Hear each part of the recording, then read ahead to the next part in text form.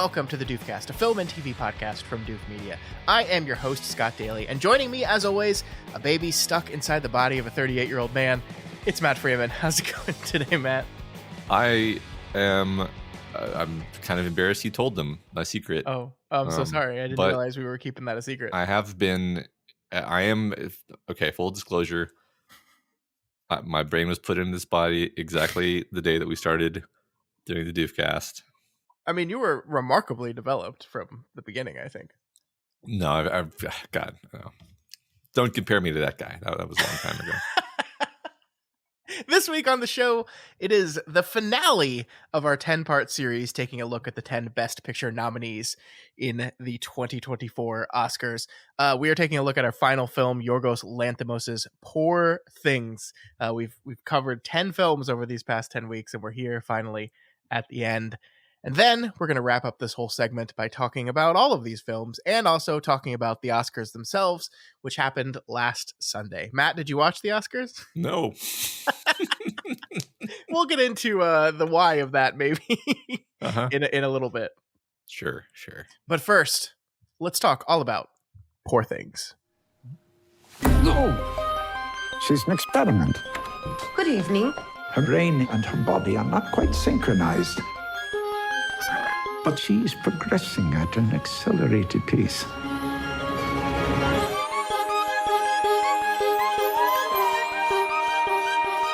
Tell me, where did she come from? I shall. For it is a happy tale. Matt, what is this movie all about? The incredible tale about the fantastical evolution of Bella Baxter, a young woman brought back to life by the brilliant and unorthodox scientist Dr. Godwin Baxter. That's a lot of adjectives. Yeah, that's one of the bad ones. It's one of the bad descriptions. This movie was written by Tony McNamara. It is directed by Yorgos Lanthimos. It is based on the novel by Alistair Gray. It stars Emma Stone, Willem Dafoe, Rami Youssef, and Mark Ruffalo. Matt, what did you think of Poor Things? I enjoyed it quite a bit. I enjoyed it uncomplicatedly. It was just fun. It was clever. Mm-hmm. I haven't watched that many Yorgos Lanthimos movies because they can be very hard to digest, but sure. Generally rewarding. I don't know if anybody. This is probably not an original thought because it's hard to find an original thought. But I always think of Yorgos Lanthimos as fundamentally a science fiction creator, where his creations don't feel like science fiction. They don't have the trappings of science fiction. But if you think about it, The Lobster and this are both science fiction concepts. Yeah. And it's the kind of science fiction that I love, where it just takes some weird premise, but it's really talking about humanity, and then it uses a science fiction gloss to explore this idea about humanity through characters, usually very character driven stories. That one fun thing about his stories is they take twists and turns, and they're very consistently driven by the characters' decisions. And of course, the performances are great. It's really kind of beautiful. It's just great movie. I enjoyed it quite a lot. What do you think? Yeah, I really, really like this one. I watched this movie actually a few months ago. I watched it back in January in the theaters. Like, my wife and I got like a one-day reprieve from children. I think it was like a day she had off from work, and I took off as well, and we just went to the theater and watched this movie. And I absolutely loved it. And I had basically carried it all throughout this entire series as saying, this is my favorite of the 10. Like, that's what I've been telling myself. I think this rewatch knocked it down a few pegs. I didn't like it as much on the rewatch I did for the show as I did when I saw it in the theater. That might be partially due to the watching condition of this for me, which is I managed my time poorly this week, and I had to watch this movie today during the day, which means really in like 15-minute spurts in between work stuff going on, which might have hurt my enjoyment of a little bit. I think there's a lot of good stuff here. I tend to enjoy Yorgos Lanthimos. I think the thing that I will say is I have seen every one of Yorgos's films, and I did not like The Lobster. I need to revisit The Lobster because I watched that movie and I said, I don't think this is this interesting. I don't like this. And then since then, I've watched some of his other movies. Like I saw The Favorite, which was I think his last one before this, and I really liked that one. The Killing of a Sacred Deer is the follow up to The Lobster, and I absolutely loved that movie. And those ironically are his two non science fiction ones. So I think you just happen to have seen the science fiction ones a lot, Matt. Yeah, I guess so.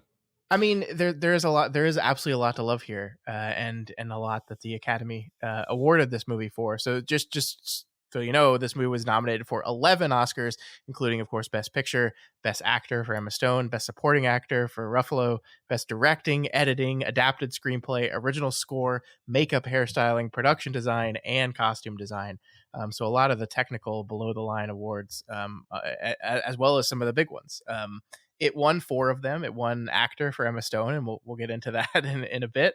And then it won makeup, hairstyling, production design, and costume design. And you look at this movie and you go, yeah, that all makes sense. The movie looks incredible. The costuming and the style and the design of everything is like one of the just like quintessential Yorgos weirdness, but in a way that is charming and delightful. Yeah, I agree.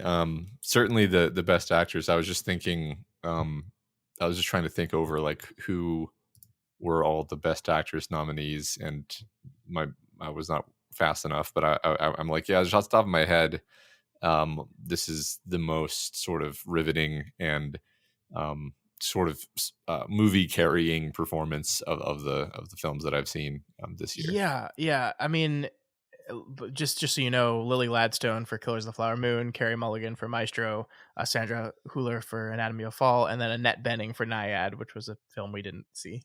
But so, I mean, all those are very good performances. I think we had wonderful things to say about those. But I feel like, there was a part of me that was shocked when Lily Gladstone didn't win the Oscar. But there was a part of me that was like, yeah, it's Emma Stone. Yeah. Because she goes for it, and she's probably one of the most fascinating actors working right now in what she chooses to do and how she commits herself to these parts that are not glamorous. This is a character, she had to get naked for this movie and get railed by strange men a lot, and she is fully committed to it, to every bit of this character. Like, she starts this movie having to act like a toddler, and then she moves from that into all these different various moods of her. And you're absolutely right.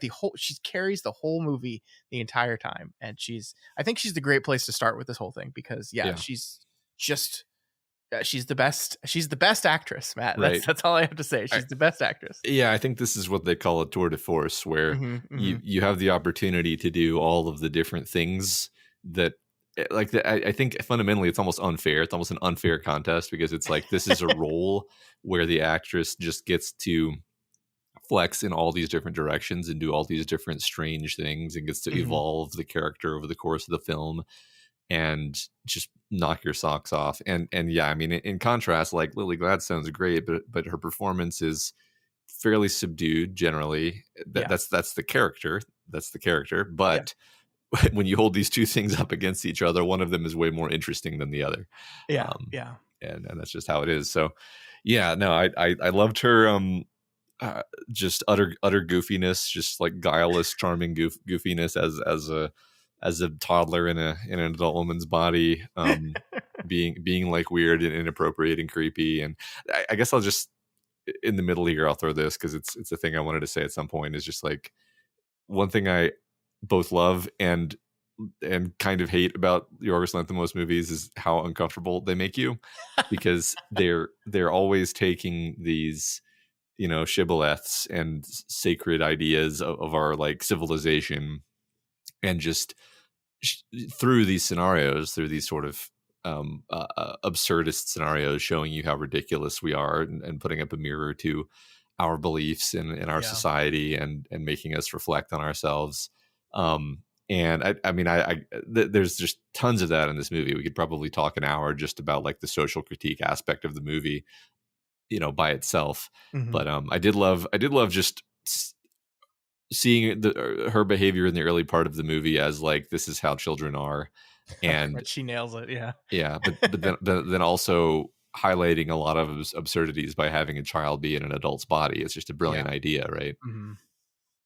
Yeah, no, I agree. I guess how much about this movie did you know going into it? Because this was one of the ones that I was kind of blissfully ignorant about. And I think the movie functions really well in that this like you walk into the movie and you meet Bella Baxter and you just really have no idea what the hell's going on. And then I think you catch up pretty quickly. I think the viewer perhaps catches up before the truth of what's going on here is revealed. Maybe not the detail of a baby's brain was put into her mother's head after she jumped off a bridge, but you're seeing the hybrid animals walking around, and you kind of start, oh, this is Frankenstein. We Frankenstein something here, and that's essentially what this is, right? This is a retelling of the Frankenstein story, used to examine life Yeah. and the human condition and learning and growing and changing, and like the irony of this idea of people are constantly changing, but then so many of them are not. Like Bella Baxter constantly changes throughout this movie and is constantly surrounded by other people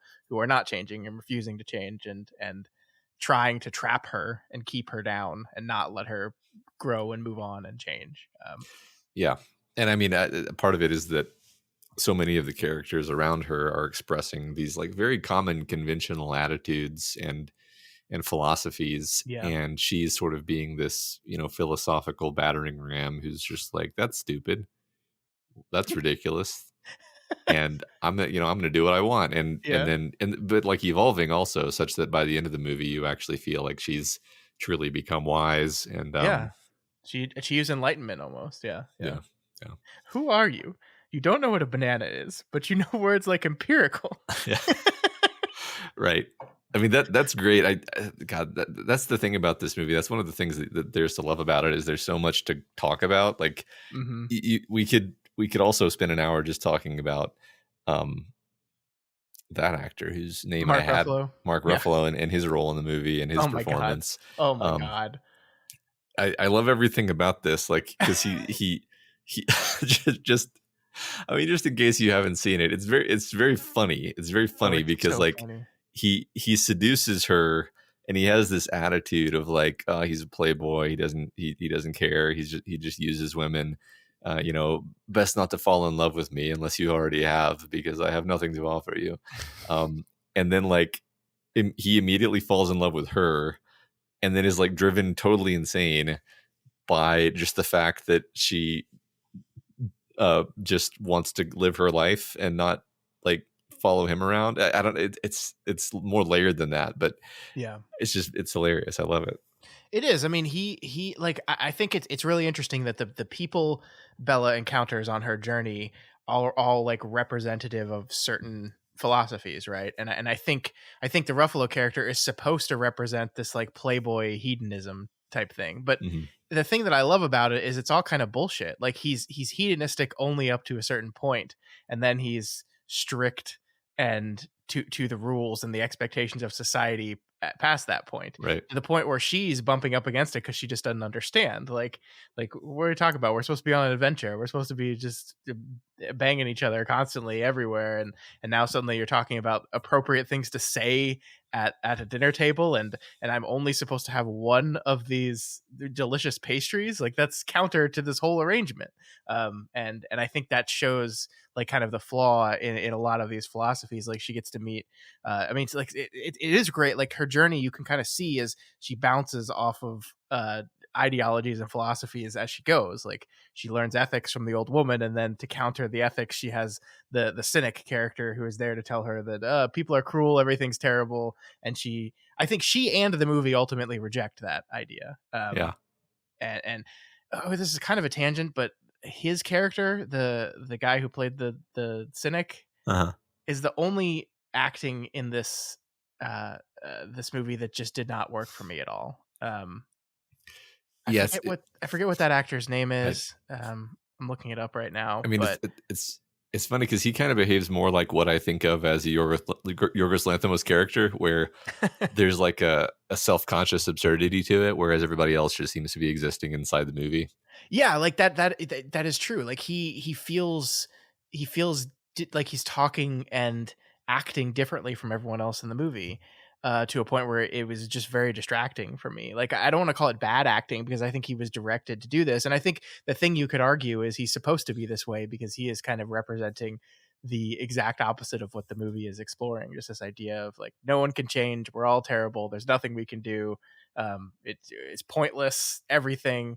It's Gerard Carmichael, who I believe is a comedian and Huh. a writer, who's not primarily an actor, but is an actor, who plays the Harry Astley cynic character. And yeah, he just seemed so out of place to me, and it was very distracting. I was kind of very glad when we moved on past his scenes.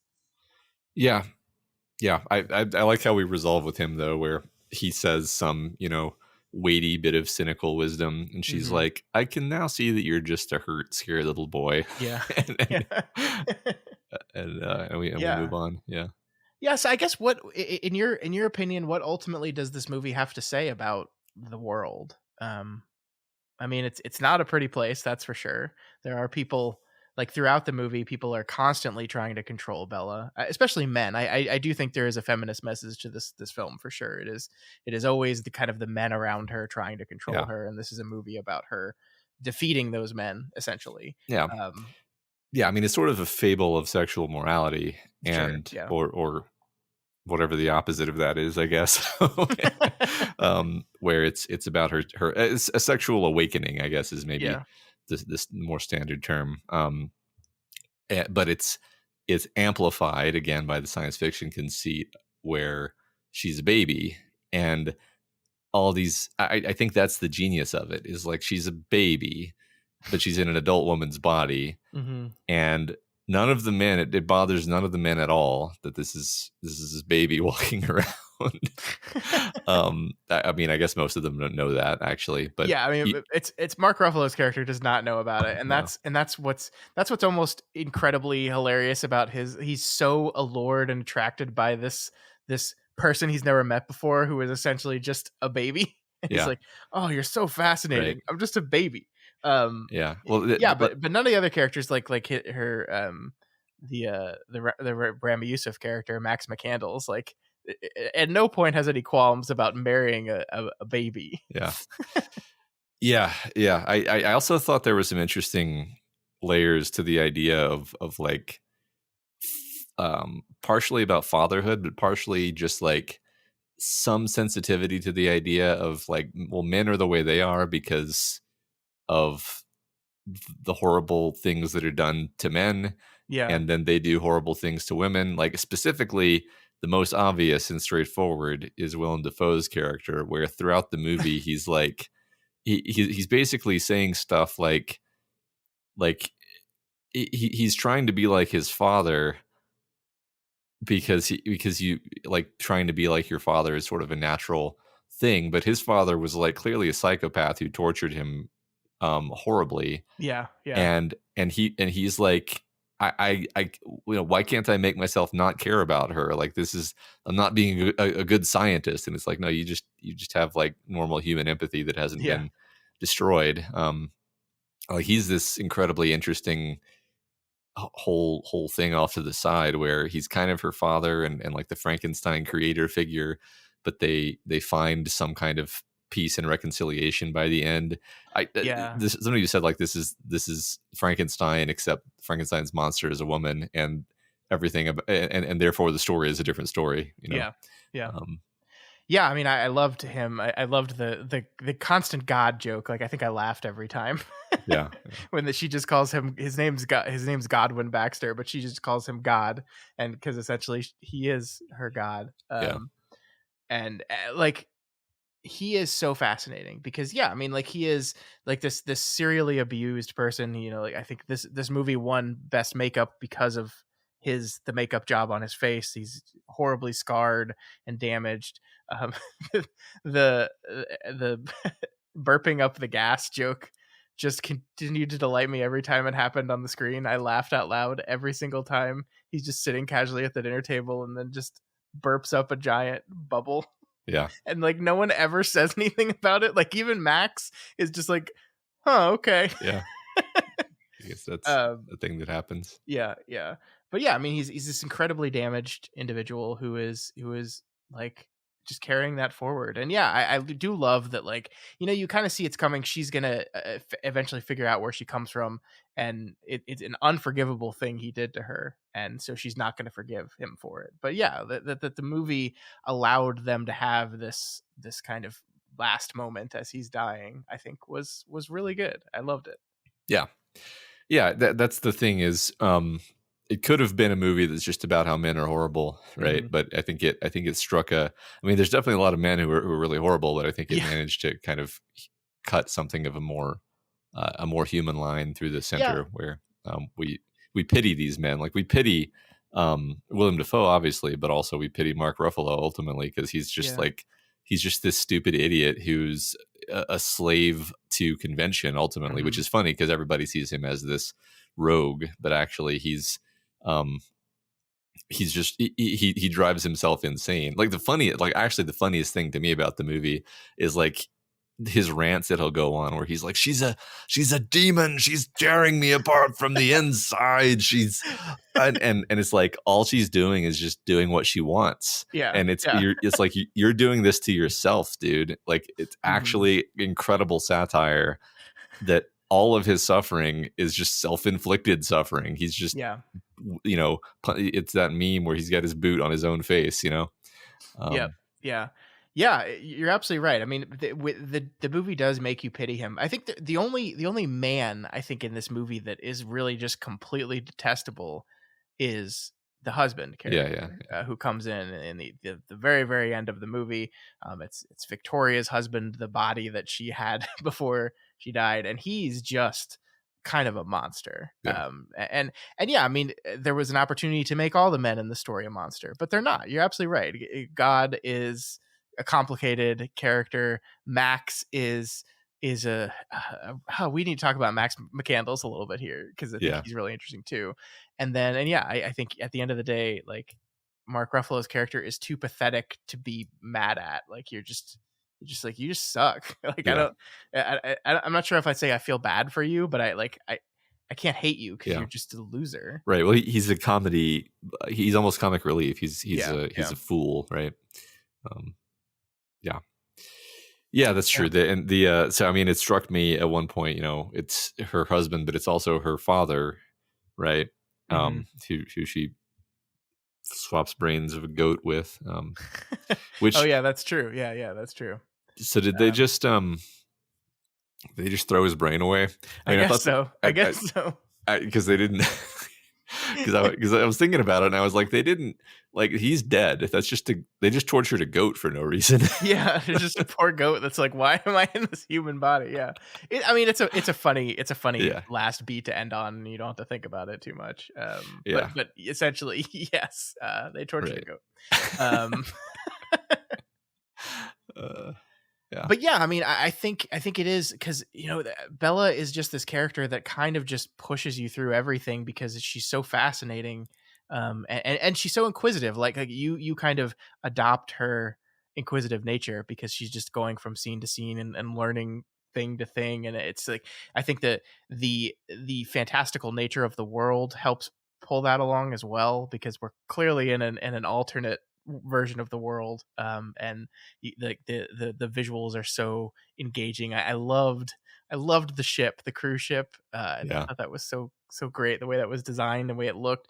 But it's interesting because it's all very beautiful, but it's all very like it's not that it's steampunk, but it's very pollution heavy. Like everything we see is like spouting big plumes of. I think the boat has like green smoke coming out of it, uh-huh, and so like the world is dirty. It's not it's beautiful often, but it's dirty, and that I think is the kind of the constant duality of this whole thing is that it's this like, especially like when she's doing her stint as a prostitute in Paris. Like we'll cut from these scenes of her and her her prostitute friend, like walking through the city, and it's beautiful, and they're like wearing extravagant clothes, and they're all very attractive people, and then we'll cut between that and scenes of her having sex with these men that are like designed to be like not the highest best looking dudes in the world, right? uh-huh, And it's supposed to be this contrast, of she is seeing and experiencing all sides of the world. And that, like, one thing that none of the other people around her are really doing is experiencing everything in the world, and constantly being inquisitive and exploratory. Yeah. And that's why she ends up being better than all of them. Yeah. Because she's capable of real change and real growth. Yeah. Yeah. One thing Yeah. that really stuck out to me talking about the Max character is when she returns home, because her father's dying, and she's in the park walking with Max, and I think it's the scene where she ends up proposing to him. And it's like, it's so fascinating to see that she has surpassed him. Like, Yeah. this was a relationship established when she was a baby and he was this adult coming in, and like he was babying her and taking care of her, and the way he talked to her was talking down to her. And then you're watching that conversation, and you realize halfway through the conversation she says, I think it's when she says like, "Oh, you're so adorable." And you're like, "Oh, you are the one that is better now. You have surpassed him." I love that moment. Yeah, exactly. She's making her own decisions at that point. Mm-hmm. Yeah, I wanted to ping off what you said about the visuals and just how there's this like beautiful timeless quality to it, where you kind of feel like it's supposed to be set like late 1800s, maybe early 1900s, but also it's obviously like a totally fictional world. It's like you said, it's sort of steampunk. It's sort of um sort of Wes Anderson-y in a way.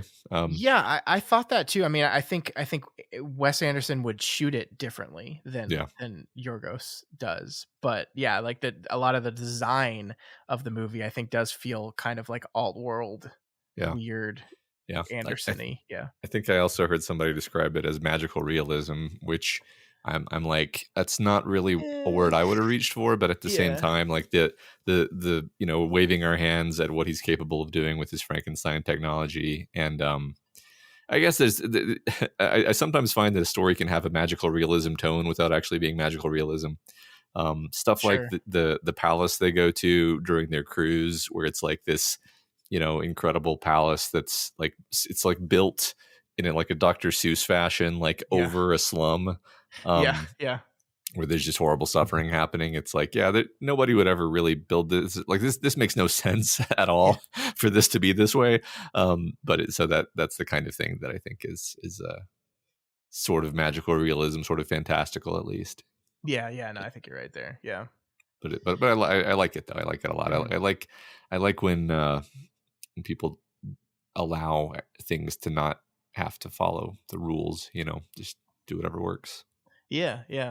I mean, I like this. This is a horny movie, Matt. Uh-huh. and you and I have been talking for years about, like, we need to bring sex back into movies, and boy, do we do it here.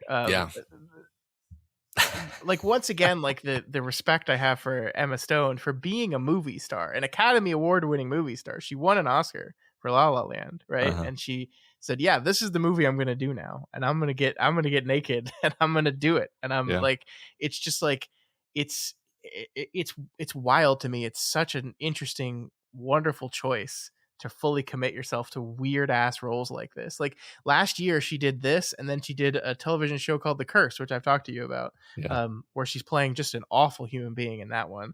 And I'm like, this is so cool that she is the type of person that is going to have this type of career where these are the things we're going to seek out. I mean, she's a producer on this movie. She helped, bring this to the screen. So she's not even just in it for the acting. Like, she's committed to these weird stories with these weird, wonderful characters. And that's awesome.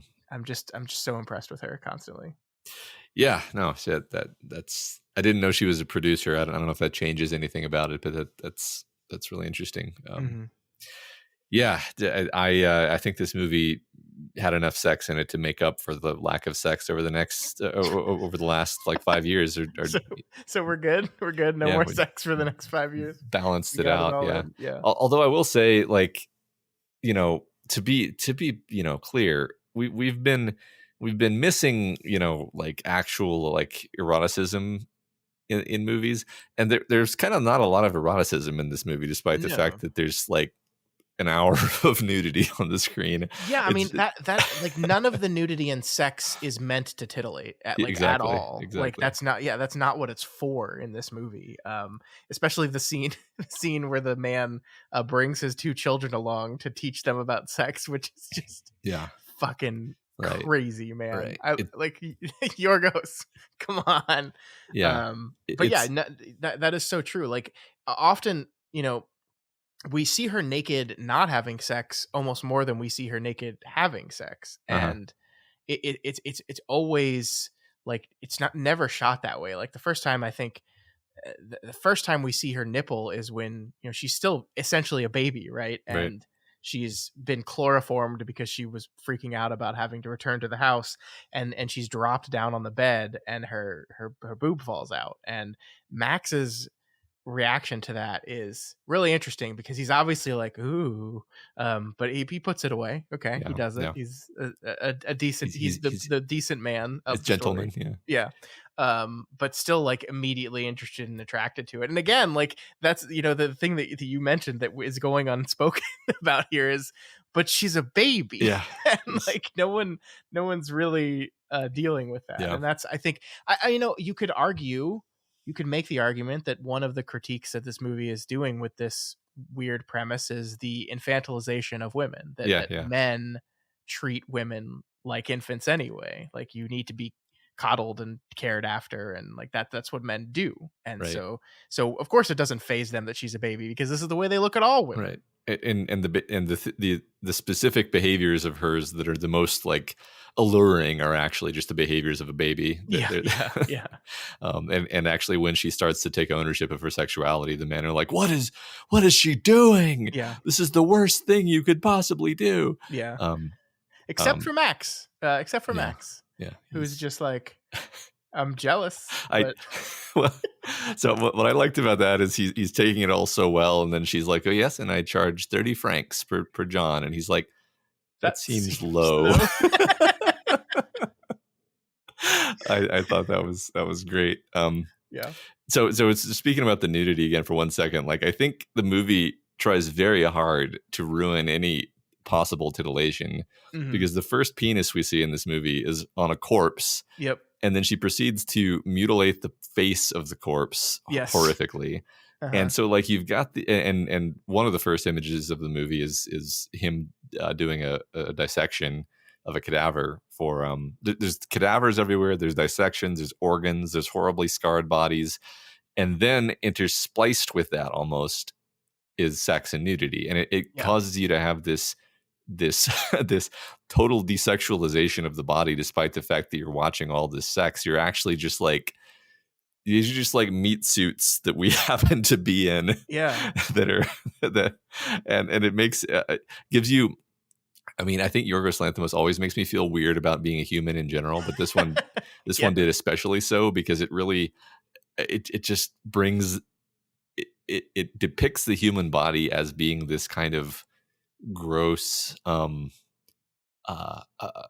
fragile thing that is not particularly interesting in and of itself. I don't know. I really think the juxtaposition of like cadavers with nudity was intentional, though. I agree with that. I definitely think that's what we're doing, and this idea of us being meat suits. That's what I was going to say while you were talking. I do think, though, and maybe you disagree with this, that fades over time in the movie. I think as part of Bella Baxter's sexual awakening and discovery, she is like discovering that the body is more than that. It is like this is the way the movie and most of the characters in the movie treat the human body.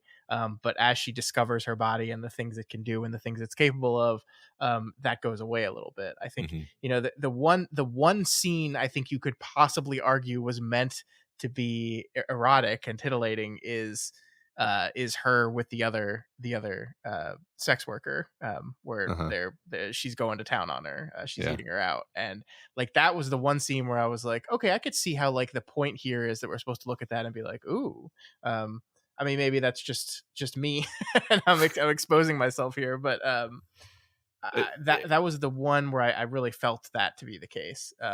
And I guess the part of that is that's her fully realizing her sexuality. That's her fully embracing, just, not in a hedonistic way like it was early on, but just like, this is one of the things that we're for and we can do. And, I don't know. Do you see any of that? Well, I think it was shot differently than the other bits were. Yes. It was definitely a different intention behind that scene. I agree with that. Yeah, because there's just nothing. I mean, yeah, I mean the way the men's bodies are depicted is always gross. Like Mark Ruffalo is wearing a literal girdle, like every time he's having sex or doing anything. Yeah, yeah. Um, we've got Willem Dafoe who's horribly scarred. We've got like most of the men. I think the only man who she has sex with in the whole movie who I think the movie wants us to think is attractive turns out to be a priest, The priest. which is very funny. Uh, God has given you a gift, Father. Uh-huh. Oh, wonderful, wonderful. Yeah, yeah, Yeah, I mean, what else do you want to talk about? I feel like there's so much here, but I don't know yeah. where to go next. I mean, I don't know that there's so many like distinct sequences and movements in the movie that's what makes it hard to talk about, because I mean it's the thing that I like about Yorgos Lanthimos storytelling, but also I find much harder to talk about. It reminds me of the guy who writes all the really good movies. Oh, that one? Yeah, yeah, yeah, yeah. I'm gonna need just a little bit of information. The guy who wrote Being John Malkovich. Oh, Charlie Kaufman. It reminds me of Charlie Kaufman, where like the movie can just keep taking these right turns, and they're always character motivated decisions, and so you never feel like where did that come from? Mm-hmm. But it does make it difficult to stand back from the movie and be like, what was the plot? Because and it's not this is probably the least repeatedly taking right turn swerves of his movies, but it does make it just the fact that there's like these let me try to break it down, right? Like there's introducing her as a baby in the house, and then her escaping the house and going on a romantic adventure with Mark Ruffalo. And then I would say a separate bit is Mark Ruffalo kind of going crazy and kidnapping her onto a boat. And then they go to Paris and she becomes a prostitute for a while. And then she comes back because her father's dying. And then she goes to the husband / father. she goes to her husband / father, and captures him, realizing that he was a monster who probably led to the death of her mother, possibly. Mm-hmm. And then the movie ends, and I guess it all feels fairly linear when I say it out like that. It's just, I think it feels. I think part of you're hearing me in real time like grapple with why does it feel so sort of disjointed and chaotic when it really is quite a linear progression of like a coming of age story. And I think it has a lot to do with the fact that her character is changing so much so quickly Yeah. that it feels like a ton of time passes and it feels like a ton of stuff is happening, when really it's not. Yeah, I mean, it's a stair step of a journey where she's Mhm. like progressing up the stairs of her awakening and realization. But each I think the reason is that each one of those locations is a very different step on that staircase. So it feels different. I mean, and this is kind of my big complaint about this movie, and I think the reason why it didn't work on me as well this on the second viewing is there was a point, and I even remember this on my first viewing, by the way. There was a point where I was kind of like, okay, Yorgo, I got it. Like I get what you're doing. I see it. And then the movie like carries on for Mhm. a while after that. Like, I don't know, like once we got to Paris, and then we have that extended sequence in Paris and then go home, and then we go with a husband. I was kind of like, there was moments where I was like, okay, I get it. And like, it's not that I wasn't having fun, because like I was often and frequently laughing and having fun with this movie. It is a very fun movie, but I do like, you kind of just get what the message is and what we're doing and going, and then the movie just kind of carries on. Like, it's a long movie. I think this is a 2 hours 20 minutes. I Yeah. think it's a Ridley Scott, a sweet spot film. Yeah. And yeah, I mean, I definitely got to time, especially on my second viewing, where I'm like, yeah, I know what I get it now. And yet we're gonna keep beating this drum a little bit longer. Yeah, it definitely felt like the energy of it kind of ebbed and flowed. There were definitely parts as I was watching where I was like kind of slow, kind of getting bored, and then it would pick up again. Yeah, And yeah. maybe that's also part of why I say that I feel like it was disjointed, because it would kind of allow itself space to have a little interlude of like, what are we doing here, you know? Mhm. Um, although in retrospect, it's always doing something. It's just like not necessarily clear immediately what we're doing. Yeah, I mean, I think ultimately, like, usually when I have a reaction like that is when I think it feels like the movie's starting to wrap up.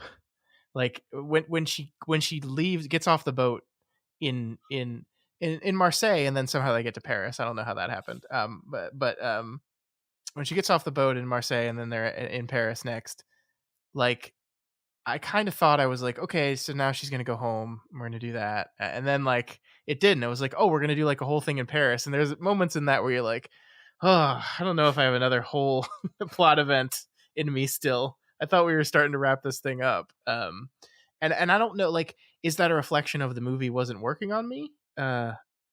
It didn't feel like that in the time because I felt like the movie was working on me because I was laughing so much, I was enjoying it so much. But yeah, I definitely had those moments where I was like, "Ah, jeez, Uh-huh. is this still going?" Yeah, well, and I think part of it for me was frankly that the movie's uncomfortable in places. Like, you're watching. Yeah, true. I famously am allergic to cringe, um, and I wouldn't necessarily call the movie cringe, but it does put people in awkward situations quite a lot, especially toward the first half where she is. I mean, I actually, some of those scenes really are cringe, like when she's at the dinner with Mark Ruffalo and she's saying inappropriate things and he's like, "Oh, darling, quiet." And it's funny, obviously, but it's also, you're like, um it's uncomfortable. And I think it took me a minute to figure out what kind of movie we were in too, because Mhm. I think of The Lobster as being just this gutting, like depressing. It's one of those movies that where you watch it and you're just like, shit, like, I'm gonna be out of it for a week, Yeah. because this is like psychological poison. Like, you're glad you watched it. It's like an incredibly well made movie, but what it's saying is so cynical, and nihilistic. And so I was kind of expecting that going into this, and I was like, oh, so this is going to be a movie about how these men horribly mistreat this is what I thought the movie was going to be from the first like half hour. Is I was like, okay, the metaphor is that this they've put a baby in the body of an adult woman, and that is going to amplify the horrors of the way that men treat women, Mhm. as we go through the movie, and men treat her horribly, and it's going to be made absurd by the fact that this is a baby in a woman's body. And it did play in that space a little bit toward the beginning, but quickly left that behind. And in the end, it was not a cynical movie. I No, really it don't think. rejects cynicism, I Yeah, think. It rejects the idea that all people are cruel, that people cannot change, that the world is doomed. It rejects all these things. yeah, yeah, And like, I think that's great because you're absolutely right that coming from the guy who made The Lobster, that is almost, one would say, a reversal of his position. Because yeah, I agree that movie is a very cynical, pessimistic outlook on love and relationships and life. And this movie is not. I think and I think that's important. Like, there's a lot of cynicism in the world right now, right? Like, things are people are suffering, things aren't great, and there's a lot of people out there who have just decided we're we're fucked. yeah, That we're just fucked. Everything's going to be over. People are terrible. We're not capable of changing a system, of improving the world, of doing anything. And this movie rejects that. This movie says, no, the problem is you've stopped being inquisitive. You've stopped trying to learn. You've stopped going out into the world and looking and searching and knowing.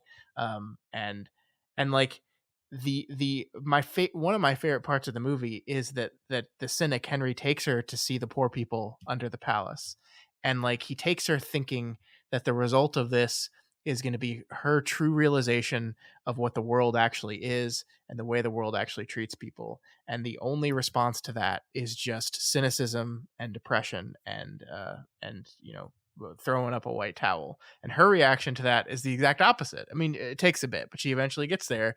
It was like, no, this just helps me now. I know what the problems are. Now that I can see the problems, now I can work towards trying to fix them. And Yeah. that ultimately is, I think, what the movie has to say. That, like, there are incredibly cruel people in the world. Her husband, the body she inhabited before was the body of a person who said, I can't handle this, I'm going to kill myself. And she takes this body and this brain, this combination of mother and daughter, and reaches the opposite conclusion, that I can mold and create a better world, through curiosity and science and all these things. And the truth is, he says, I will show you how the world is. And then he shows her horrible things. And it's like, well, that is part of the world, but also part of the world is the delightful pastry in the French pastry shop. Like the world isn't only the bad things. Like that is a willfully nihilistic and actually blinkered view of what the world is. Yep. I agree. It's great. It does. I mean, it's interesting, and I didn't do this on purpose, but we started this project with Barbie, a movie that has a lot of really interesting things to say about the way men and women interact in our world. Mm-hmm. And we finish with Poor Things, a movie that has a lot of really interesting to say about how men and women interact in this world. That's kind of cool, right? Yeah. I think this one, that's fascinating to point out. I didn't really think of that. I mean, I think they're from such different like standpoints, aren't they? Like that. Again, just to say, Yorgos Lanthimos, I think he has this. It's not right to call it cynical, but it's a very what's the word? Unadored, unromantic view of humans. Mm-hmm. And he loves to lampoon our hypocrisy and our ridiculousness and exaggerate our flawed tendencies for comedic effect. But I think it's, I might not have said this after just watching The Lobster, but I think now, having watched both of these movies, I'm like, I think it's sort of out of a place of love. I think it's sort of out of a place of like, these silly kids, what are you going to do? Not like humans, should be eradicated from the earth, which is maybe what The Lobster kind of made me feel. But I think what he's doing with this movie is also kind of more general and more kind of cutting to the core of what it is to be human in a variety of ways. Whereas I think Barbie is speaking. Basically Barbie is participating in a much more modern conversation where it's reacting to some very specific things that have happened that are highly contingent on the last like decade or three of American history, whereas I feel like Poor Things is sort of timeless, actually.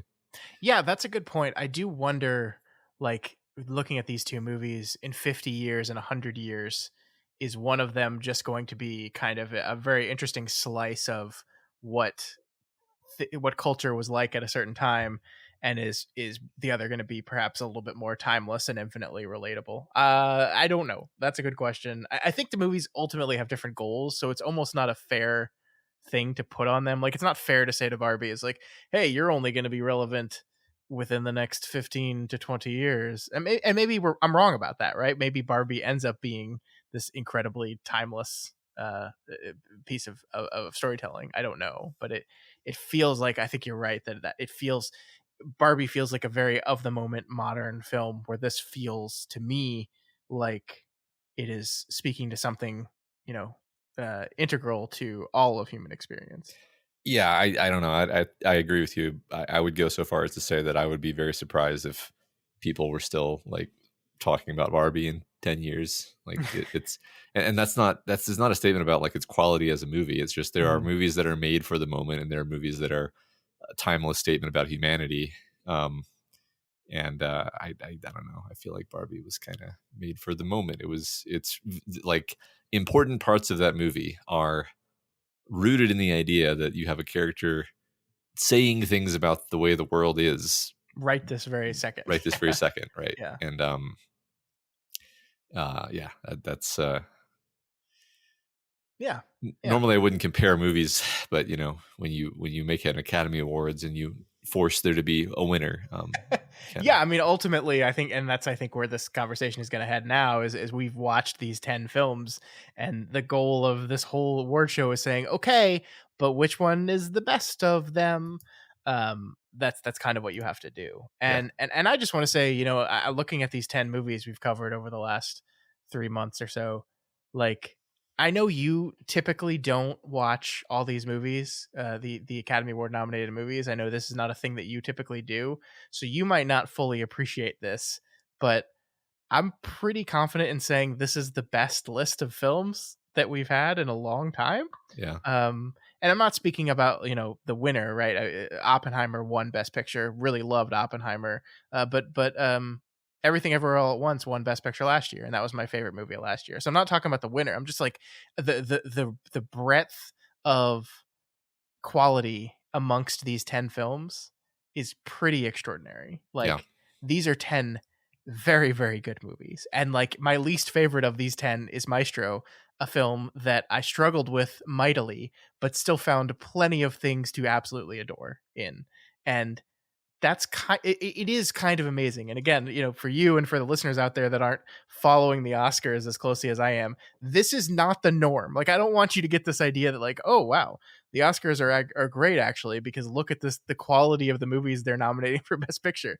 No. This is this is not always this way. But it was this year, and I think that's it's a testament to that it was just an incredibly good year for film generally, and also the Oscars I think have done things to improve themselves over the last decade or so, and yeah. it's working, I think. Yeah, and I mean, I maybe there's something going on in the industry right now. Who can say really? I certainly don't know, but it's like these are just they're all great concepts, great scripts, great Mhm. performances, great production. Uh, uh, they're beautiful, amazing acting. Just like again, like you said, like the worst of them is like I it's interesting. I'm not sure whether I even necessarily agree that Maestro was my least favorite, but if it was, then it's like, well, it's because it was a biopic. That we were pretty clear when we talked about it. It's Yeah, like yeah. the problem with Maestro is that neither of us particularly likes biopics. So But even so, as the biopic entry in the Best Picture, which like it feels like there's always going to be a musical biopic entry in uh-huh. every single Best Picture race every single year. Like Maestro was, in my opinion, leaps and bounds ahead of the Queen biopic that came out a few years ago that I just absolutely could not stand. I can't even remember the name of it. Was it Yeah, Bohemian Rhapsody? Yeah, yeah. yeah, That was terrible. It was awful.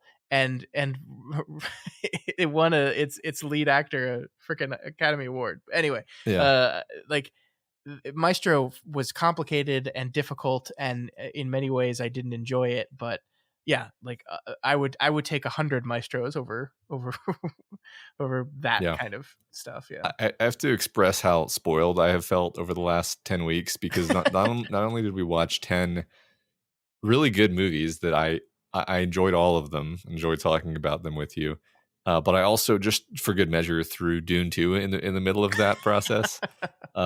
So I just whatever we do after this, it's gonna have to stack up against Yeah, that's this run. rough. Yeah, and then before that, we were watching like a run of the best movies of all time. So I'm really having quite a spoiled few months in a row.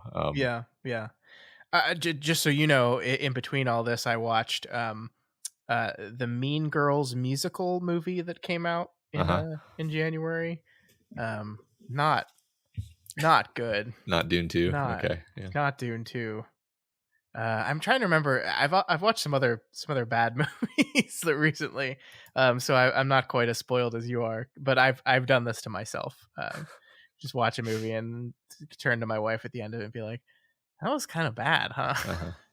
um, yeah, but no, I mean, like it is of course much easier for us to talk about good movies on the show than it is for us to talk about bad movies. Like just generally, like I Yeah, yeah. I like talking about movies that I liked a lot more. And so yeah, this has been incredible experience. This is I look at this and I'm like, there's a part of me that wants to do this every year, right? There's a part of me that wants to say, hey, we're just gonna take January to March of our schedule every year and look at those 10 best picture films.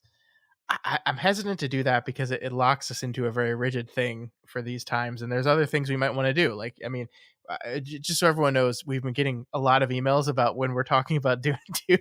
That we're doing that next week. Dune 2 is next week, so that's happening. But like, there's things and conversations and movies I wanted to talk about and things I wanted to do, but I like because we had to hit as close to as possible the time around the Oscars to do this, we weren't able to. So I don't think I want to lock myself into saying let's do this every year. Maybe as like a bonus thing that you, Matt, may or may not be involved in, like just a bonus thing we do on the Patreon or something every year. I don't know. Like I've really enjoyed this. I think it's really great, and I don't want to overreact and say it's really great because this is just a great concept. I think it's partially because this was a particularly good list of films here that we covered. Yeah, I think you're right. That, and I feel the same hesitancy because I can think of years in the past when it would have been a drag to have to watch all those movies, all 10 of them, Um, but I don't know. I certainly don't regret this slate. This was a real pleasure. I'm glad we did this. Mm-hmm. Although now I'm looking at the Best Picture nominees for last year, and yeah, I would have loved talking about every single one of these movies with you. Well, as you say, as we pull into the end of the year, we can always be like, okay, are we interested in watching these 10 movies? Yes or no? If so, then let's do it.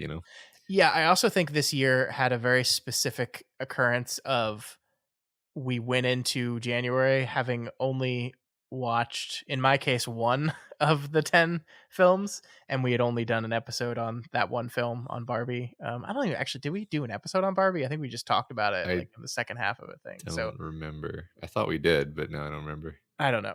But like now, like here's what I'm going to say with a reasonable amount of confidence. Dune 2 is going to be nominated for Best Picture next year. Right. And like we're definitely going to have already done an episode on it. So like, whereas the value on doing a second episode on Dune 2 8 months later, I don't know. And that might happen with multiple other movies this year if we see movies and want to talk about them right away and do episodes. So I don't know. Yeah, I mean, but then we could just fill in the remaining gaps if we really wanted to. Sure. And that might make our timeline a lot less rigid because it is always going to be less than 10 weeks between when the nominees are announced and when the awards happen. That they do it, I believe, 8 weeks before. So, we're never going to be able to fit in all 10.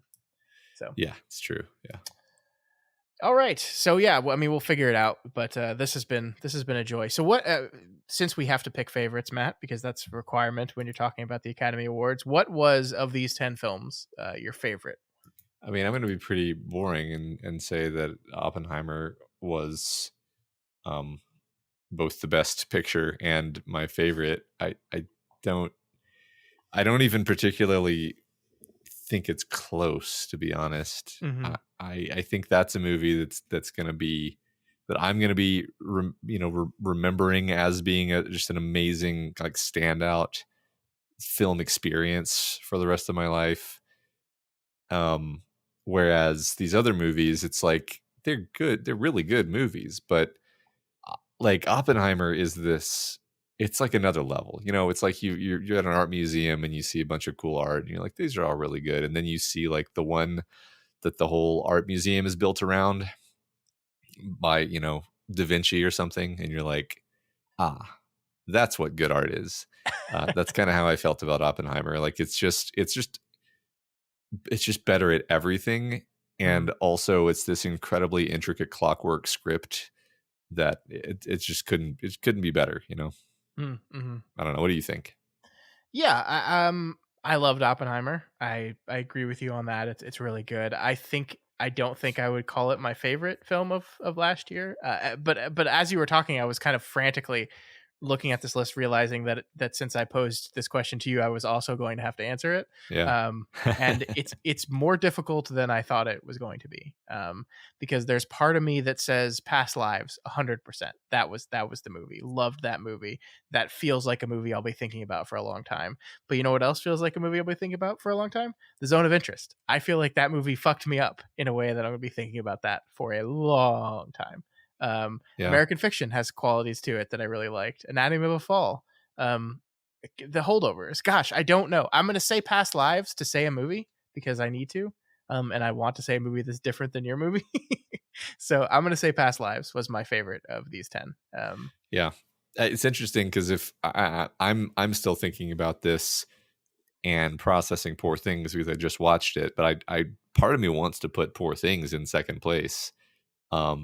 Because it is kind of my jam specifically in so many ways, where it's like weird sci-fi character driven storytelling, like I said, a sort of Kaufman-esque script in the ways that I was talking about earlier. Yeah. That makes it on my list of like, I'm always gonna remember this movie, even though I think Oppenheimer is just like not even. Yeah, that's fair. I mean, Poor Things is absolutely up there for me as well. Yeah, And I feel like the things that I complained about it with to like feel even smaller after saying them out loud than they were, ruminating in my head when I was trying to wonder why this movie it fell in my estimation after a second viewing instead of going up. They feel smaller and more insignificant now that we've had this conversation. So I really like Poor Things a whole lot. It is funny you said that so did you say you came around on The Lobster? I forgot what you said exactly. I haven't. So I've only seen it the one time and I did not like it. Okay. And what I'm saying is I want to revisit it after watching the rest of Yorgos' filmography, because I feel like I might appreciate it on a different level now.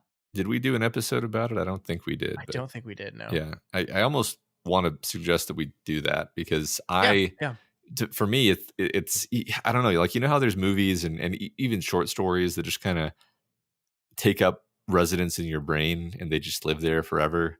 Mm-hmm. And then there's other movies where you watch them and you have a good time and then you kind of forget about them and they don't really feel like anything. The Lobster is one of the former, where it almost like still upsets me to think about that movie. And it's just genius, but it's also weird. And I can like, I can see bouncing off of it. So I feel like it would be fun for us to rewatch it and talk about it. Yeah, we could do that. I think what the other thing we will need to do then is I need you to watch The Killing of a Sacred Deer, which is the follow-up to The Lobster. Another Yorgos Lanthimos, Colin Farrell combo. It also has Barry Keoghan in it. Matt, there's a scene in this movie in which a character is eating spaghetti, and you will never be able to look at spaghetti the same way ever again. It is the most ominous, menacing consuming of spaghetti that has ever been put to film. And I think, I think this is a good idea. I don't think I want to do like a full deconstructing Lanthimos thing, but I think it's worth taking the time and revisiting these movies and talking about them. Sure. Yeah. I mean, apparently he directed like 9 movies. So yeah, I don't know if I want to do that, but maybe I do want to do that. I don't know. Yeah, we'll see. Let's start with The Lobster and we'll see where we can go from there. Yeah, sounds good.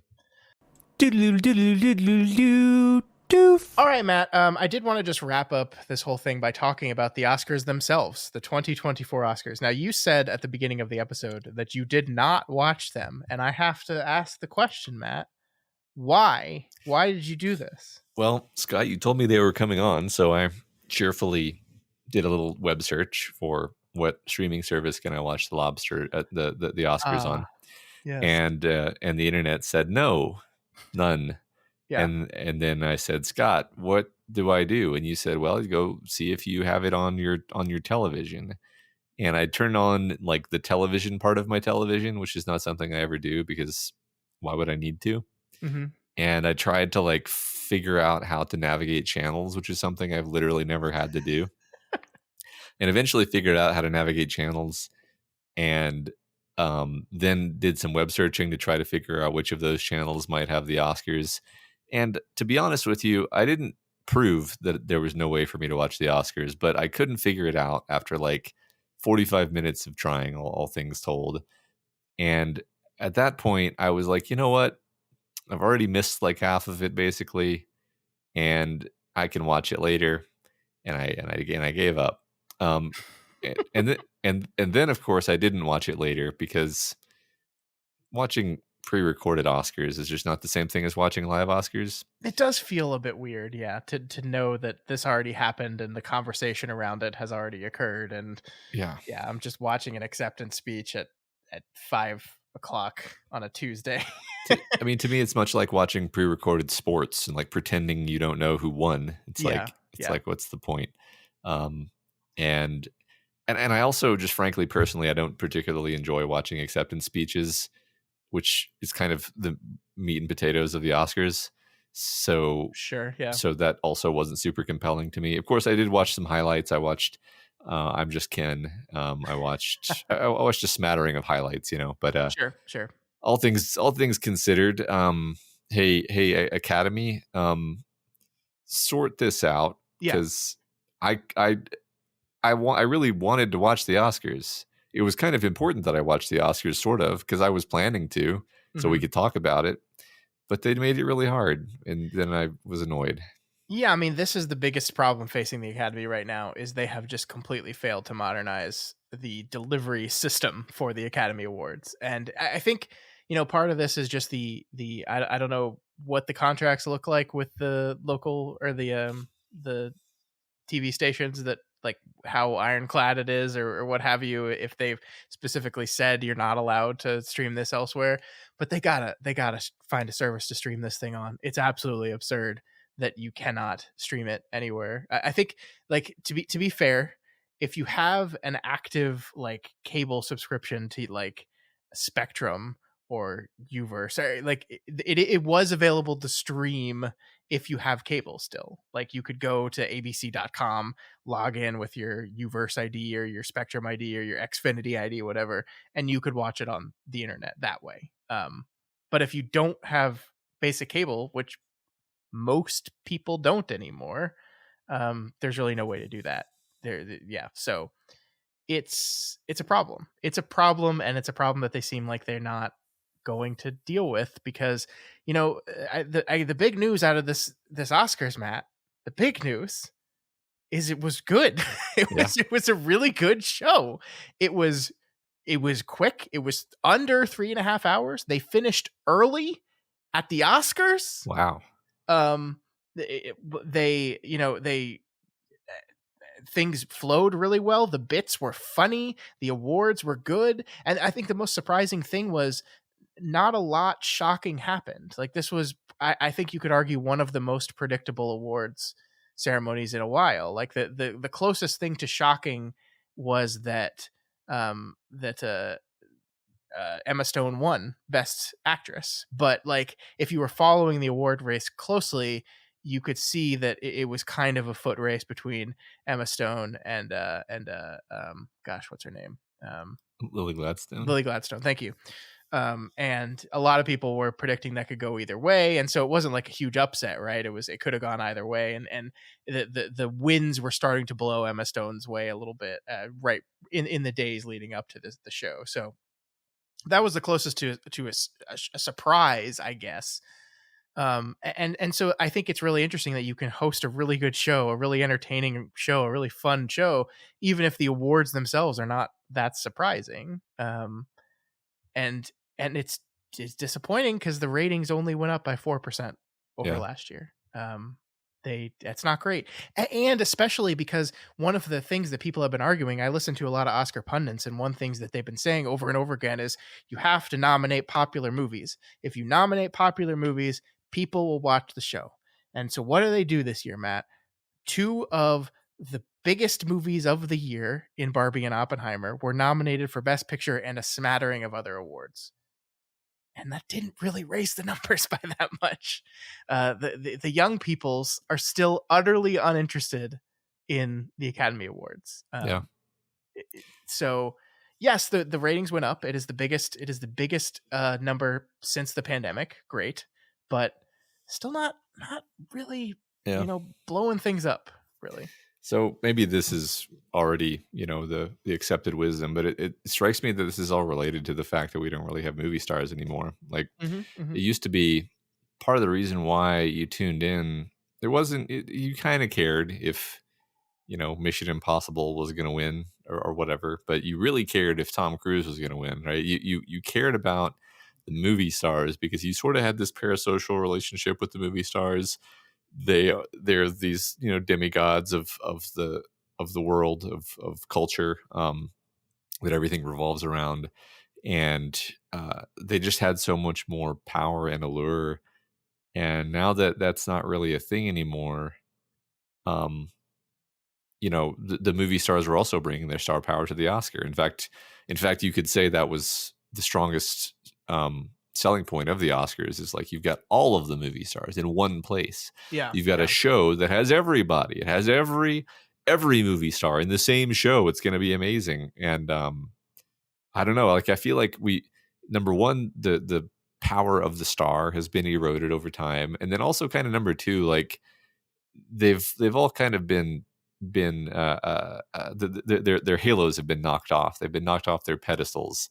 I don't want to. I don't know if this is causal necessarily, but the whole slap thing that happened a couple of years ago, like it just leaves you with this bad feeling of like, oh, these are like tawdry, dramatic scenes that like you've popped the bubble of my association of like these movie stars are these larger than life figures who we all want to tune in to watch. It's like, oh, this is totally unappealing suddenly. Like it really Yeah. was a dramatic moment. I think in terms of like, again, that was just one rock in the avalanche, but I feel like it's part of a pattern of us just not being impressed with stars anymore, basically. Hmm. Yeah, I don't think you're wrong. I think another part of it probably is in the olden days, like you didn't kind of have constant access to the stars like you do Hmm. today. Like social media and just the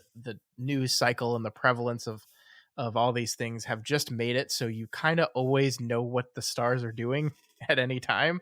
And often because they are directly reaching out to you and being like, hey, look, this is what I'm doing today. um you didn't used to have that. And so like if you wanted to catch up with your favorite stars, these award shows were the place to do it at. This is the only place you could see Tom Cruise. Like you couldn't see him anywhere else. You see him in movies, and you could see him at award shows, and that's Yeah. that's about it. And that's not the case anymore. Well, So yeah, yeah, I mean, yeah. like, yeah, I think you're right, and I think also like the nature of the coverage of these people has become like it used to be. I'm kind of going back to the '90s when I say used to be, but like what you knew about these stars was very tailored and sculpted and packaged for yeah. you, so that you were led to see them in this incredibly positive light. Whereas now we know too much about these people, and the media has focused on all these negative things. Like you think Will Smith, you think horrible marriage problems and the slap. You think Tom Cruise, you think crazy Scientologist. Hmm. You think Harrison Ford or there's probably a list of actors that I could give you where I'm like, yeah, I liked him, but it really kind of soured me on him when I learned that he was incredibly abusive to other people on set. Right, Hmm. that there's probably like 10 actors that fit that bill. Yeah, Um, yeah, yeah. that like what there's probably other things I could just rattle off where it's like now I just see these. I'm not saying it was good, by the way. I'm not saying it was good that we used to think of the actors as being perfect, superhumans. But I am saying that that's part of the reason why we're less excited about watching the Oscars now. Yeah, it could be. I also think just generally we've talked about this before, that films are not the center of pop culture anymore. Like the Mhm. movie as a thing was like the dominating force in pop culture, and everything else was kind of sucking up to the teat of films. And that is not the case anymore. It's still a big one, right? We had Barbenheimer this year. That happens still. But the domination of film is just not to the place where, like, where like the reason why Barbenheimer was such a phenomenon was because a lot of people were really into it, and it became the center of pop culture for a brief moment this summer. But like, just because you really liked those movies, does that mean you care if they win an award? Most people, especially young people, the answer would be no, not really. Right. And for most of those people, like everyone that wanted to watch I'm Just Ken, like watched it on YouTube the next day, right? Yeah. Like everyone, like the viral moments of the ceremony were the John Cena naked part, which was, by the way, like one of the funniest fucking things I've seen on an award show in forever. Like, I don't know if you've watched the bit play out, but No. it's perfect. It's perfect in that, like, he wasn't really naked. He had like a protective cup over his junk and his butt crack just in case, the envelope. So basically the thing is, the setup of the bit was that at the Oscars like 30 years ago there was a streaker that kind of ran across the stage, and they're like celebrating 25 years later. They're gonna remake the streaker event, and John Cena has been tasked to do this, but he's decided he doesn't want to do it. He doesn't want to do it. And so Jimmy Kimmel's just like, okay, fine, just do the award. And so he walks on stage completely naked, it appears, with just the envelope covering himself as he saunters onto stage. And then he's presenting the award for costuming. And it is the best joke in the world for him to like waddle onto stage and then go, costumes are important. It was really, really Yeah. funny. John Yeah. Cena's great. It's delightful. Great bit. And like, but like, you can just watch that the next day on YouTube or on Twitter. Like, and that's same with I'm Just Ken. Same with the other Barbie song. The one that won best song was the why can't I remember her name? I don't know. It's I'm so mad at myself. Why can't I ever remember? The Billie Eilish song. What Were We Made For? The other Barbie song. Like, that had huge numbers on YouTube after, like, the John Mulaney did presented a category, and like he killed it as well. He was so funny. But all these viral moments are just stuff that's like, oh sweet, I'll just watch these the next day and feel like I am up on the culture, and that's all I need. I'm done. I mean, not only do I totally agree with that, but just like we get 5 million pieces of like algorithm honed entertainment per day. Yeah. And whereas, like, I mean, I really, it is fun to think back to the 90s where you're literally just like sitting in your house, like, well, what can I do? I guess I can reread The Wheel of Time. like you couldn't just, there wasn't an infinite entertainment feed on a device that you carried around on your person at all times. And so, yes, when there was going to be a big event that was going to have all the movie stars that everybody was going to watch, that was a big deal. That was exciting. Yeah. Like, that it actually was. And like, now it's just like, no, how can that compete with the endless entertainment feed that the baseline has been raised? Yeah. The endless entertainment feed in which those events of that show will be incorporated in almost immediately after they happen. I mean, like, I like, you don't watch the Oscars, so you don't know the experience, but like, and you probably don't follow as many film Twitter people as I do, but the experience of watching the Oscars is basically sitting with your phone in your hand on Twitter, watching as everyone talks about the events of the show as they happen live constantly for 3-4 hours. Like, that's what most people watching the Oscars do. Like, that's what it is. And so like, we started it late. So by the way, the Oscars started like super early this year. They started 6 p.m. my time. So 4 p.m. in California, where they took place, is when they started, which was kind of great because they were over at 9:30 and my wife got to see the end because she normally falls asleep when they're over later. They were over at 9:30, but it also was a little weird in that it was just so early. And so we started it late because we had to do bedtime for the kids. So we didn't get to sit down and start watching it till 7:30, which meant that I could basically fast forward through the commercials the entire time, slowly catching up. But it also meant that if I wanted to be not spoiled on anything, I couldn't do my typical have my phone in my hand, seeing Twitter's live reaction to these things as they come. And maybe that's why I enjoyed this show so much this year, Yeah. is because I couldn't do that. But yeah, I mean, I think we're all right about all these things, and I think that the problem point for the Academy is I don't think there's like an easy fix for any of this stuff. Like again, as I said, the one big thing that people argued was it's because you're not nominating popular movies. Like you're nominating all these obscure indies and art films that only 20 people have seen, and no one's going to watch that because they don't care. And this year rather, has proven that's not true, actually. That it's going to be more than just that. It's going to be more than just we can nominate 10 Oppenheimers and people suddenly are going to tune into the show. That's not the case. Yeah. I don't know. I guess I'm like, maybe they just have to accept that this is just not a world where people are going to watch things live anymore, and somehow figure out a way to make this whole thing make sense regardless. Yeah. I don't know. It seems like do they really, like, does this thing really need to pay for itself? I don't quite know how to ask this question. Is the Oscars a money making like business, or is the Oscars like an association of members who hold an award ceremony annually, and they're going to do that whether or not there's television coverage? There is so much money in the Academy Awards. There is gobs and gobs of money. Yeah. Right. But does there have to be for it to function? I think is what I mean. I mean that's fair. I think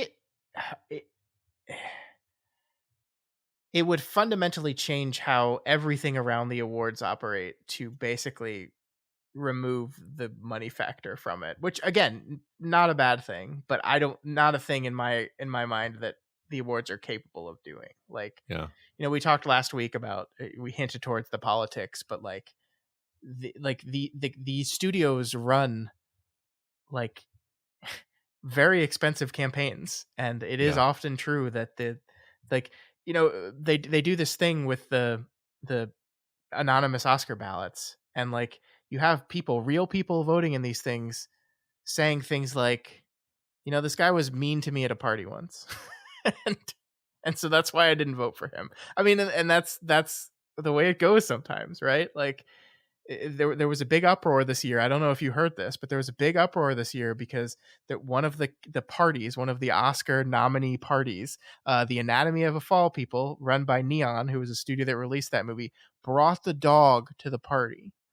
And there's a specific rule that you can't bring props to the party. Well, the dog is not a prop, and so they brought the dog, and all the other groups, all the other movies and studios were outraged at you broke the rules. You can't bring the dog, because what happened? All the reporters went over to see the dog, and there were all these stories run that day about the Anatomy of a Fall dog, and like that's the type of thing that wins you awards. It is, and so it's a very political, money driven process. I wish it was as simple as, hey, the one that was the best is the one that wins the award, but that's just often not how it works. Taking the money out of it, like in both from an organizational standpoint, but also from the studio standpoint, like sounds great, but I don't know how that works. Right. I mean, what's funny is everything you just said made me just physically exhausted to hear.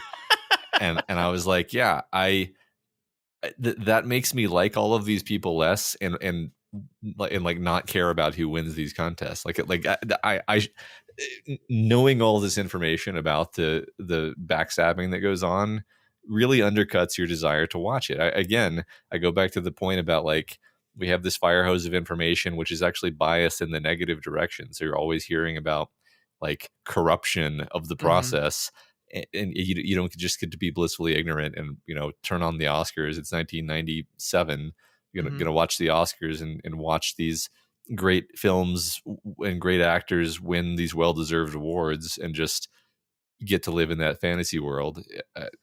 I think and like if you took the money out of it, in the ideal world, let's be generous and acknowledge, or let's rather just acknowledge that just taking the money out of it doesn't immediately make everything fair and perfect. But if you took the Mhm. money out of it, then at least maybe you do actually just see the best movie win, um, because there's not nobody would bother to do these campaigns. I don't even know if that's true though. I think people know the value of having the like best picture winner sticker, regardless of whether people are watching the Academy Awards. People find out who won the best picture, right? So Yeah, I mean, that's absolutely true. I think that we said the numbers these past 4 years for watching the ceremony have not been great, but the amount of money the studios are investing in running these Oscar campaigns has never been higher. So yeah, they're obviously still seeing value in it, and it is, I mean, you got to treat these things like they're political campaigns. Sometimes it's just who ran the best campaign. If you ask these pundits, I've been listening to a lot of them these past couple weeks. Bradley Cooper did not run a very good Oscar campaign. mm, And it's not all his fault individually. It's the studio behind him. But who did run a really, really, really good Oscar campaign? Robert Downey Jr. ran a great Oscar campaign, and look, he won. yeah. Cillian Murphy was the studio, like the whole Oppenheimer apparatus, like nailed it at doing the political campaigning stuff they needed to do. And hey, look at that, they were rewarded by that. Mm-hmm. It's a game, unfortunately, and I don't like talking about that part of it either, because yeah, I want to live in the perfect world where this is just a representation of what a bunch of people's peers thought was the best thing they watched that year. But then you actually read the way they talk and write, and it's like, oh, did Robert Downey Jr. win the award because he was the best supporting actor of the year? No, he won the award because people really like Robert Downey Jr. They really do, and he's fun and he's funny, Right. and it's cool that he's had a long career with moments of success and moments of suffering, and we get to show this as the culmination of that career. Like, that's why Robert Downey Jr. won. And is that fair? I guess not, but Yeah, it's just the way it is. right. It's not fair, but also it's close enough. Yeah, right. Yeah, like he did, like he was really good in that movie. Yeah, he was really good in that movie. Great. I will say, yeah, like none of these awards. Kind of reiterating something you said a minute ago. Like, I'm looking at who won all these things, and having seen all these movies, I'm able to be like, yep, that makes sense. Yep, Mhm. yep. Like none of the awards that I can see, concerning the movies that I've seen, which is now like most of the ones that got nominations, are surprising to me. So, Mhm. great, perfect. Yeah.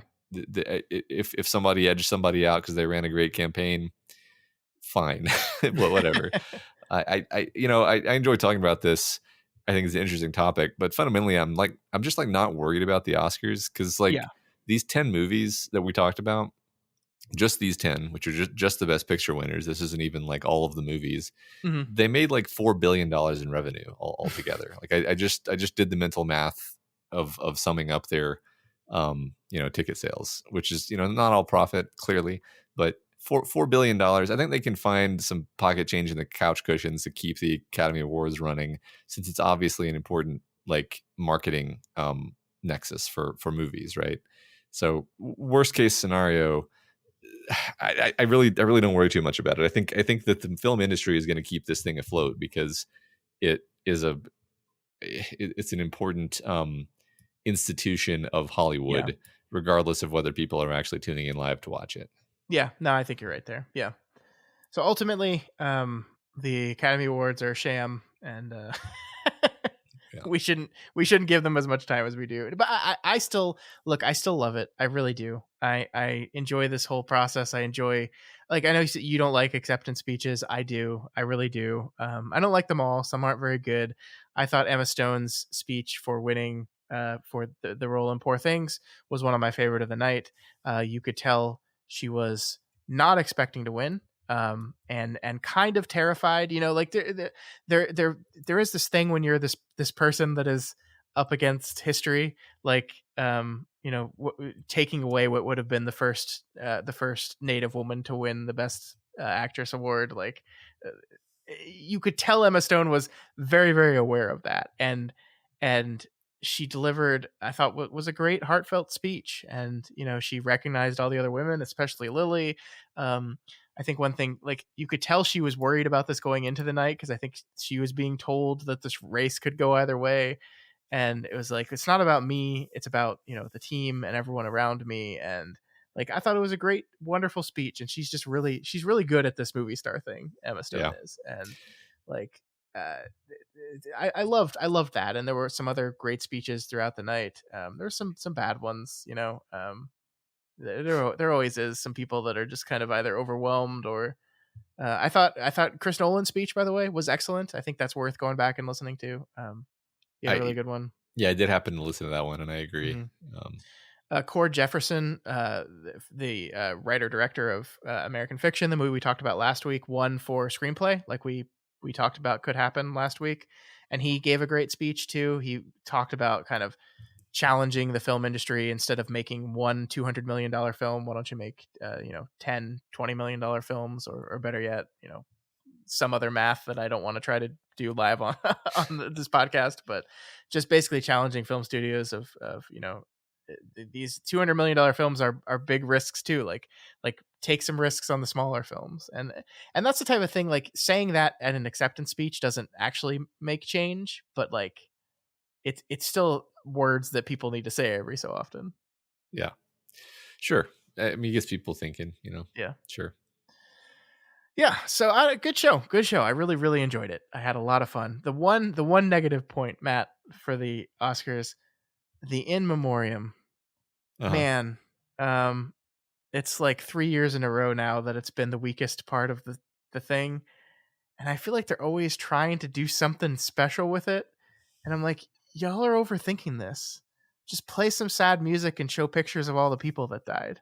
That's all you got to do. That's it.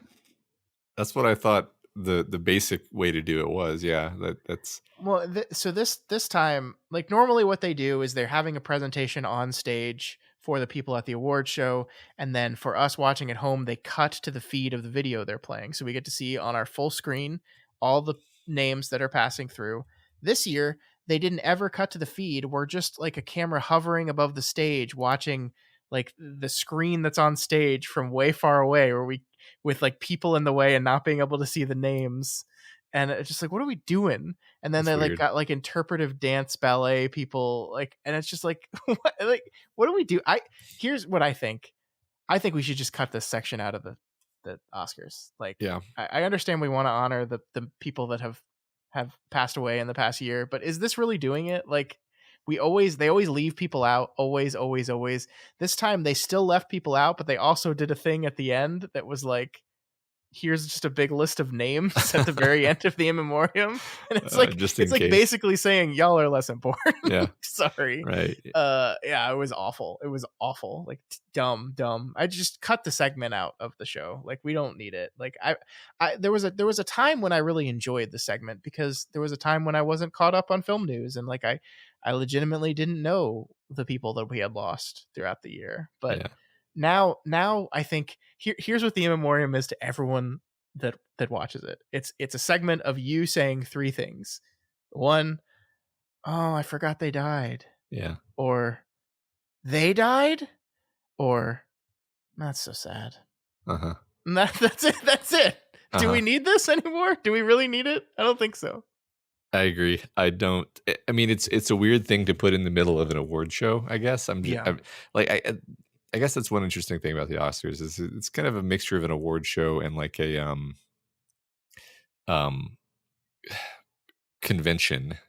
You know, it's like we're not just doing awards. We're celebrating the idea of Hollywood and Hollywood films and films and acting and actors and music and it's like a giant extravaganza. Like, I think that's the Oscars at its best from my childhood anyway. My, you know, memories, which are probably, you know, silver linings or whatever, or rose tinted glasses rather, but like it really was this like entertainment extravaganza, and it does feel really weird to drop and here's a sad interlude about all the dead people in the middle of that. It always struck me as like in this show I guess. Remember when Matthew Perry died? Be sad about that all over again. Yeah, there you go. Yeah, right. Yeah. So only negative part for the show for me. All right, so that's it. That's the Oscars. We did it. We watched all the movies. We sort of watched the award show. Half of us watched the award show. and I tried. we're done with it. We're I done with did. it for another year. I really tried. Mm-hmm. Matt, just one more thing. They did a whole segment with Emily Blunt and Ryan Gosling to honor the stunt workers in in the industry, and the cynic in me was like, this is just an advertisement for the Stuntman movie you're about to release.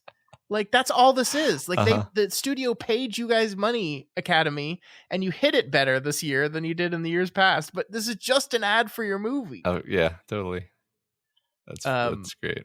I do think it's really hilarious that the Academy, like, they showed like a whole big reel of stunt performers, and it's like, great, I'm glad you're honoring the stunt performers. How about giving them an award? How about doing that, Academy? Hilarious. Nope, not gonna do it. Not gonna do it.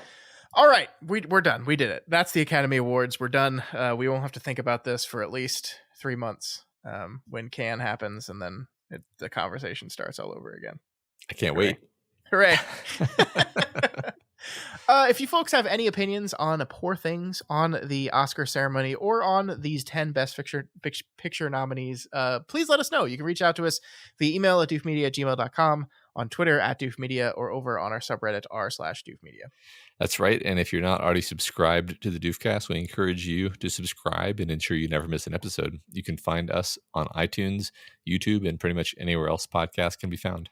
And if you like what we do here and want to support us, consider becoming a patron of Doof Media. You can head on over to patreon.com/Doof Media and get access to a whole bunch of things, including bonus podcasts. We just released our 3rd episode of Castle Talk this week, in which we're looking at the Stephen King, roughly based on story of the fictional town of Castle Rock.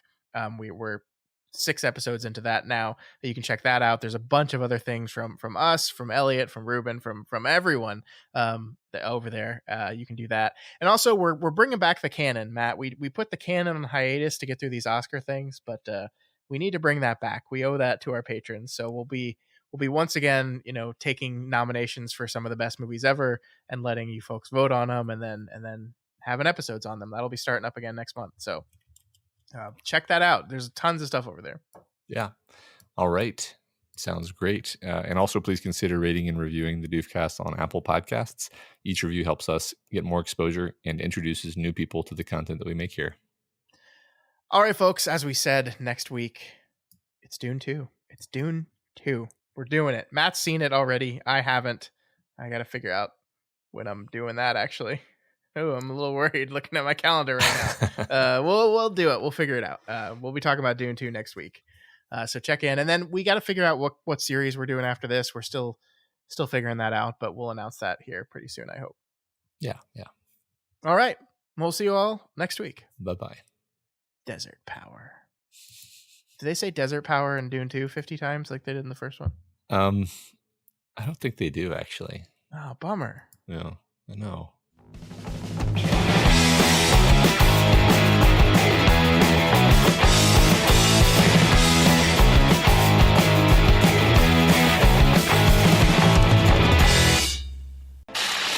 My name is Doof, and you'll do what I say.